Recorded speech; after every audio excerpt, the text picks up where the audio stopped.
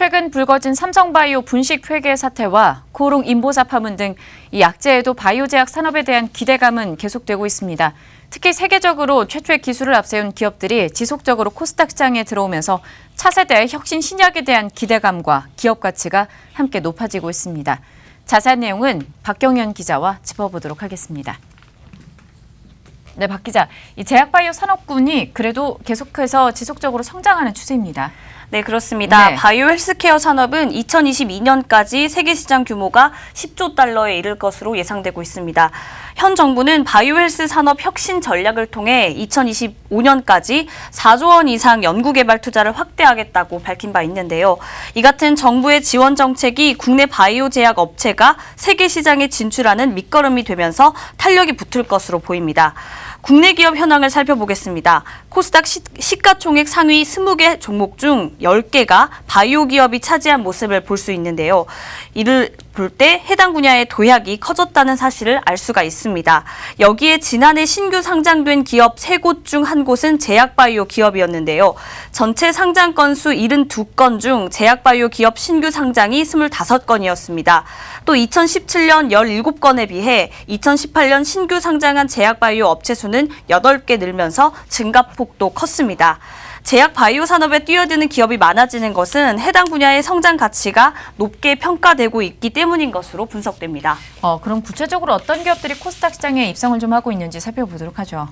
네, 한마디로 말씀드리면 기술력에 목숨 건 기업들이 대다수라는 말씀을 드리고 싶습니다. 네. 국내 기업들이 저마다 공격적인 연구개발 투자를 바탕으로 기술력 키우기에 집중하고 있는 추세인데요. 28일 상장식을 가진 기업 수젠텍은 체외진단 분야에서 아직까지 시장에 없던 제품들을 앞세워 경쟁력을 피력했습니다. 제가 지금 가장 저희가 관심 가지고 집중하고 있는 아이템은 혈액 기반의 결핵 진단입니다. 이미 이제 중국 임상이 스타트되었고요.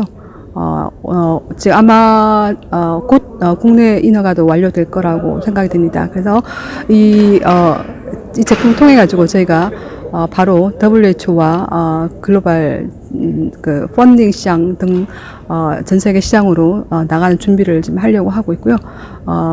이 외에도 동남아뿐만 아니라 지금 선진국까지도 이런 제품들이 굉장히 연맹 니즈가 있기 때문에 그 시장 파급 여건은 굉장히 클 거라고 생각하고 진행하고 있습니다. 네. 네, 수젠텍은 추가 체외 진단 키트 개발에도 박차를 가하고 있는데요. 콧물을 통해 알츠하이머를 진단하거나 가래로 결핵을 확인하는 등 시장에서 수요가 있지만 아직까지 선보이지 않은 제품 개발에 힘을 쏟고 있습니다. 또 29일 기업 공개를 한 앞타바이오에 대해서도 살펴보시겠습니다. 당뇨 합병증 치료제와 항암제 시장 공략에 나섰는데요. 특히 독창적인 플랫폼 기술에 기반해 혁신 신약 개발에 힘을 쏟는다고 밝히며 높은 상업적 가치를 기대한다는 포부를 밝히기도 했습니다. 세계적으로 독창적인 그런 플랫폼 기술을 2가지 보유하고 있습니다. 그리고 그 독창적인 기술로부터 도출된 파이프라인들은 글로벌에서 관심 1순위인 난치성 질환의 호스팅 클래스 약물 개발을 우선적으로 파이프라인을 그렇게 구성을 하였습니다. 그래서 그러한 탄탄한 그런 기술력에 근거한 그 경쟁력 있는 파이프라인을 보유하고 있다는 것이 강점이 되겠고, 네, 최근에 삼바 수사나 더불어서 인보사 사태 여러 가지 바이오 산업에 있어서는 신뢰성이 저하된다, 더 나아가서는 위기다 이런 말까지도 나오고 있는 상황인 것 같은데 이러한 부분에 대해서는 어떻게 봐야 되겠습니까? 네, 기업의 회계 관련 문제는 기업의 신뢰도와 직결되고 있습니다. 네네. 또 신약 개발 과정에서 특히 투명성과 안정성이 중요하기 때문에 역시 믿을 수 있는 의약품 생산에 꼭 필요한데요. 때문에 이번 2가지 사건이 산업의 위축을 불러일으킬 것이 아니냐는 우려가 있는 것은 분명합니다. 하지만 제약바이오 산업 발전에 대한 희망을 거두기에는 이르다는 분석도 있습니다. 현재 코스닥 시장의 퍼스팅 클래스, 즉 세계적으로 최초인 제품 기술을 가진 기업들이 계속해서 들어오고 있는데요. 제약바이오 시장 공략과 확대를 위해 땀 흘리는 이들이 그만큼 많다는 것입니다. 특히 앞서 소개한 두 기업은 기술특례 상장 기업이라는 공통점이 있습니다.